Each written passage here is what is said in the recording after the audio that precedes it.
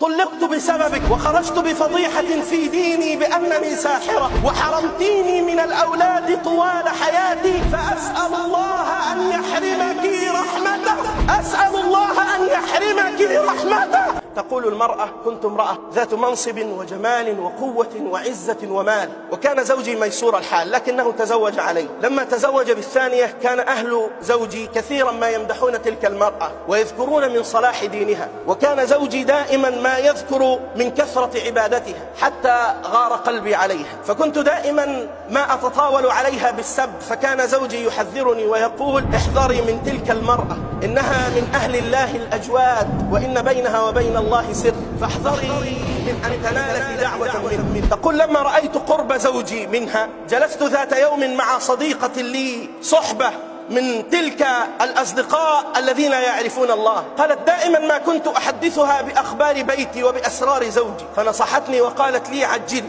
قبل أن يرزق زوجك بولد من تلك المرأة، عليك أن تسرعي وأن تأخذي القرار. قالت: ماذا أفعل؟ نصحتها صديقة الشر فقالت لها: اذهبي إلى ساحرة، اذهبي إلى ساحرة، فإن رزق بولد تعلق قلبه زيادة عليه. قالت: وبعد ذلك؟ قالت: تطلق، ثم بعد ذلك تصدقي واستغفري وتوبي وانسي ما فعل.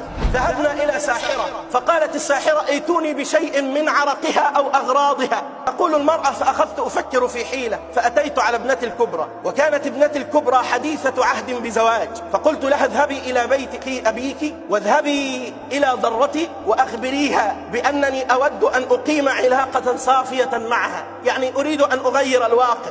ذهبت ابنتها وهي تخطط تأتي بشيء من أغراض تلك المرأة، فجلست عندها ودعتها إلى عزيمة في بيت أمها، وبينما هي كذلك أخذت طرحتها أي التي تضعها على رأسها. تقول: ثم عدت فعادوا إلى الساحرة فأعطتنا شيئا، قالت: خذوا هذا فضعوا منه أمام البيت، ثم ضعوا منه في الشيء الذي تشربه. وجاء اليوم الموعود وجاءت تلك المرأة ونظرت إليها بابتسامة، كانت الابتسامة تعبر عن الفرح لكنني أضمر لها الحقد والكره. فلما أن دخلت كانت معي صديقة الشر، تخطت ذلك السحر، وقامت صديقة الشر فوضعت لها في القهوة ذاك المشروب الذي ألقته الساحرة. مرت الأيام وخرجت من عندها، وبدأ المرض يصيب تلك المرأة، لقد بدأ معها نزيف شديد في الرحم، ما إن تقوم لتصلي حتى تصرخ وتصيح، ما إن تدخل الحمام حتى يغمى عليها. كان زوجها ينقل أخبارها، فكانت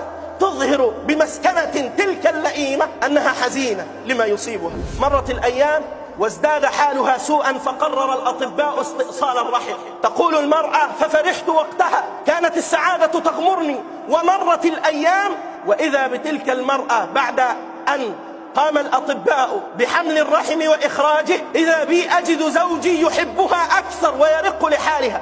فقلت: الآن حان وقت الضربة القاضية، لابد من زوجي أن يطلقها. فذهبت إلى الساحرة فأعدت لي سحرا جديدا، وقررت السحر، لكن السحر في تلك المرأة كان للزوج.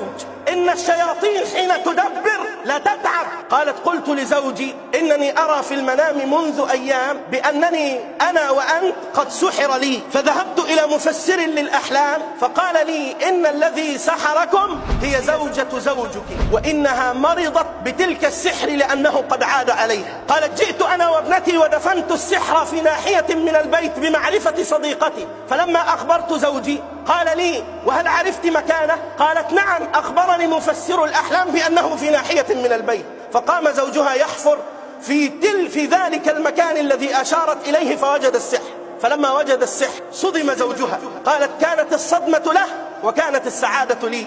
اتصل بشقيق تلك المرأة المسكينة التي سحرت، التي مرضت، وقال له: أختك فاسقة ساحرة دمرت حياتي، ولكن قدرة الله تبارك وتعالى قد عادت السحر عليها. وصدق تلك الزوجة. تقول: فطلقها، ومرت 5 سنوات. تحكي المرأة قصتها وهي رسالة أبثها لهؤلاء الذين يدمرون البيوت، لهؤلاء الذين يتساهلون في التعامل مع السحرة والدجالين. تقول: مرت 5 سنوات، وبعد 5 سنوات بدأت المصائب والملمات. أما ابنتي التي تزوجت بزوجها فقد طلقت وهي تعيش في بيتها في حالة من الاكتئاب، لأنها أصيبت بمرض على المبايض منعها من الإنجاب مدى الحياة. وأما صديقة الشر تلك فإنها تعالج نفسها في المستشفى لأنها يصيبها صرع كلما تذكرت ولدها الوحيد الذي فقدته في حادث سيارة بعد تلك السنوات. وأما زوجي فكان ينام في الليل فيأتيه والده المتوفي وهو غاضب منه وهو يقرأ عليه قول الله: يا أيها الذين آمنوا إن جاءكم فاسق بنبأ فتبينوا. وأما أنا فكانت تلك المصيبة مصائب ومصائب ومصائب. لقد خرجت من منصبي في التعليم بفضيحة قسمت ظهري. وأما ولدي الوحيد فإنه يعالج في مستشفى الإدمان بعد أن أدمن الحشيش. فلما اشتد علي ذلك أصبت بمرض ذهبت إلى الأطباء وبعد فحص سريري أخبرني الأطباء بأنني مريضة بالسرطان في الدماغ حتى تغلغل المرض فوصل إلى الحبل الشوكي. مريضة بالسرطان في الدماغ حتى تغلغل المرض فوصل إلى الحبل الشوكي. قل للعيون إذا تساقط دمعها الله أكبر من لظى الأحزان. حينها أنام في المستشفى على المسكنات تركني زوجي وذهب وتزوج بأخرى ونسيني ما عاد يتذكرني. في يوم من الأيام شعرت المرأة تلك التي دبرت وكادت بقرب أجلها فقالت لأخواتها: اذهبوا إلى ضرتي وأتوني بها. ذهبوا إليها فأتوا بها. فلما دخلت عليها تقول تلك المرأة التي كانت متعلمة وفي منصب تعليمي عالي لكنها الغيرة دفعتها إلى الذهاب إلى الصحراء. وبعد ذلك كبر الأمر عندي فجاءت المرأة فقلت لها: أحكي لك ما حدث بالتفصيل. فحكوت لها القصة. كنت أتمنى منها أن أسمع من لسانها كلمة واحدة: سامحتك حتى ولو كان الثمن أن أضع رأسي بين رجليها. فإذا بالمرأة بعد أن سمعت القصة تذهل فتقول لتلك المرأة: اسمعوا يا أيها الظالمون، اسمعوا يا أيها الذين ضيعتم دينكم بتلك الهفوات الخطيرة. إذا بالمرأة تقف أمامها فتقول لها: طلقت بسببك وخرجت بفضيحة في ديني بأنني ساحرة وحرمتيني من الأولاد طوال حياتي فأسأل الله أن يحرمك رحمته، أسأل الله أن يحرمك رحمته. إنها دعوة مظلوم لا تتسلطوا على الناس بهؤلاء. فوالله أقف على قصص تبكي دمع بيوت طاهرة عفيفة يتسلط عليها حاقدون فيدمرونها. أسأل الله العافية. اللهم ارفع عن أمة محمد ما نزل بها من جهل. اللهم ردها إلى دينك مردا جميلا.